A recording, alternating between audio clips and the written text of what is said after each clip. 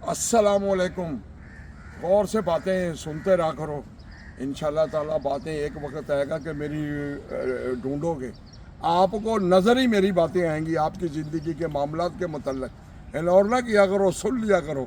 कल बात हो रही थी पीरों के मतलब, तो थोड़ा टाइम होता दोबारा से वहीं जोड़ता हूँ। पीरों के पास जाओ, महफिलों में जाओ और अपने दिल को देखो। तुम्हारा दिल मुतमिन किससे होता है? एक वक्त आएगा कोई ना कोई ऐसा हजरत साहब भी मिलेंगे, पीर साहब भी मिलेंगे, कोई बुजुर्ग भी मिलेंगे जो तुम्हारे दिल को लगेंगे।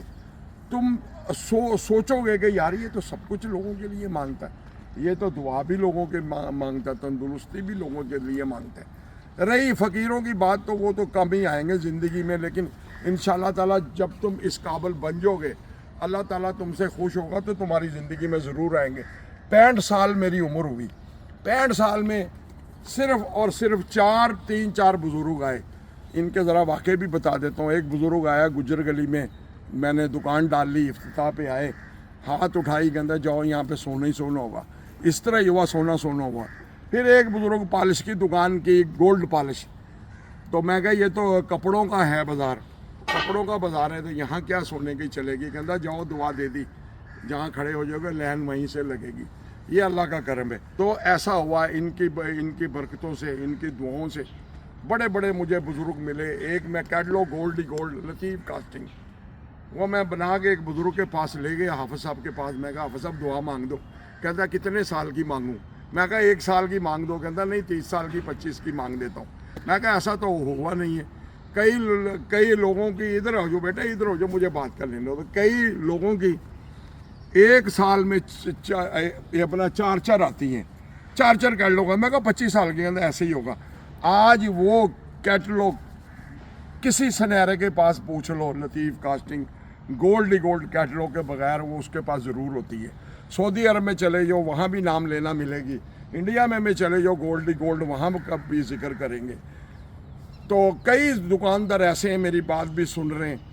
25 ग्राम सोना, किसी के पास 21 ग्राम सोना, वो कैटलॉग रखी और ऑर्डर लिया तो अरबोपति हो गए उस कैटलॉग की बरकत से।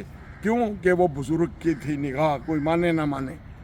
तो जिसने भी वो कैटलॉग रखी, सारे सुनहरे मेरी बात सुन रहे हैं, जिसने भी गोल्ड रखी वो ये बात मानेगा कि उसे रोज़ी मिली है।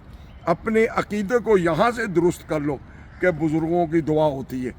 आप जब अल्लाह के बन जाओगे, अल्लाह ताला भी आपकी मंज़िलें आसान करेगा, आपके रास्ते में फूल भी बिछा देगा।